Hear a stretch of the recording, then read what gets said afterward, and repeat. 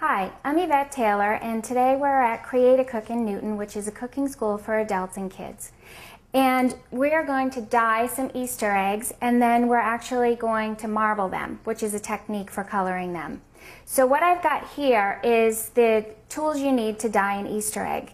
It's very simple. I'm sure most people have done it before, but a couple of different tricks that we're going to talk about today. First, I've got an actual blown out egg, so you can see on the bottom here there's a little hole from where we've blown out the egg. You can certainly use hard-boiled eggs as well, but if you want to preserve your eggs and you want to keep them for next year or the years to come, it's a good idea to blow them out.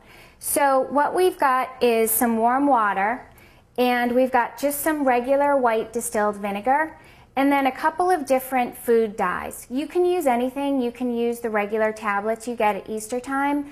I happen to have a lot of cake decorating colors, so I actually use those. You can also use all natural food coloring, which we're going to use today as well. So you're simply going to take some warm water, and it's good to use warm water because it helps to blend with the vinegar and then for the shell to absorb it. So we're just going to put a little bit of warm water into a cup. And then you want to add about a teaspoon of white vinegar. Now, what the vinegar does is it actually helps to darken the color. So when the shell of the egg absorbs the color, the vinegar is going to help to enhance the hue. So we're going to actually use yellow. So we'll give it a good shake. And you want to put a good 10 to 20 drops when you're using a food coloring. It seems like it's going to be dark, but it's actually not quite as dark as you might think, so it's a good idea to add a little bit more. And then we're just going to stir it around. Now, when you're submerging the egg, you have to remember that if you're using a blown out egg, it's going to have air inside, so it's going to want to float. So if you're going to dunk it and dye it for a while, you want to actually put something on it that's heavy that can sit on top and hold the egg submerged. And you want to do it for a minimum of 5 minutes. So obviously if you leave it up to 15 minutes, you're going to get a nice dark color. If you want to take it out and dry it and then dunk half of it in a darker color, then you can get a multicolored egg. So we are going to let this egg sit for about 5 to 10 minutes, and then we're going to move on to the marbling technique. Okay, so now we've been dyeing our egg for about 15 minutes, so you can see we've got a nice golden yellow color. And I'm just going to put it on a baking rack to dry. It's a good idea to put it on the baking rack because it is going to drip a little bit and you can actually move it around. And then once it's dry, you can see, like these other eggs that I've already done, you get a nice, pretty even color. And next we're going to move on to the marbling technique. So it's great to have a nice even color like these as a base. So now we're ready to marble our eggs.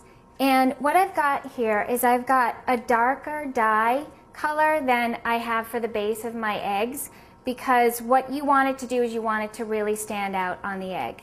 And I've actually warmed this up a little bit and added vinegar to it, just like you would when you're dyeing an egg.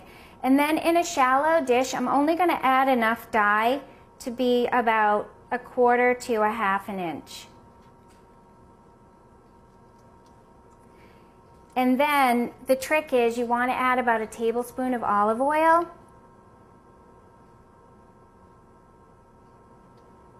And you're not going to use a good quality olive oil, just whatever you have in your kitchen. And what it's going to do is it's going to remain separated in the dye, and we just want to give it a little bit of a wiggle around to move it through the dye.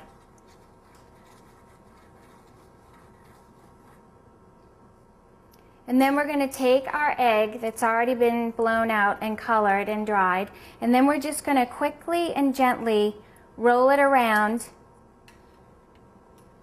into the dye mixture with the oil. And you can actually see that the egg is picking up the color of the dye, but it's separating where the oil is hitting the shell. So you're going to have a really pretty marbled effect. So after you do that, you're just going to take your egg out of the dye and you're going to let it dry on a rack, and as it dries the oil is going to continue to separate and you're going to have a really pretty marbled egg.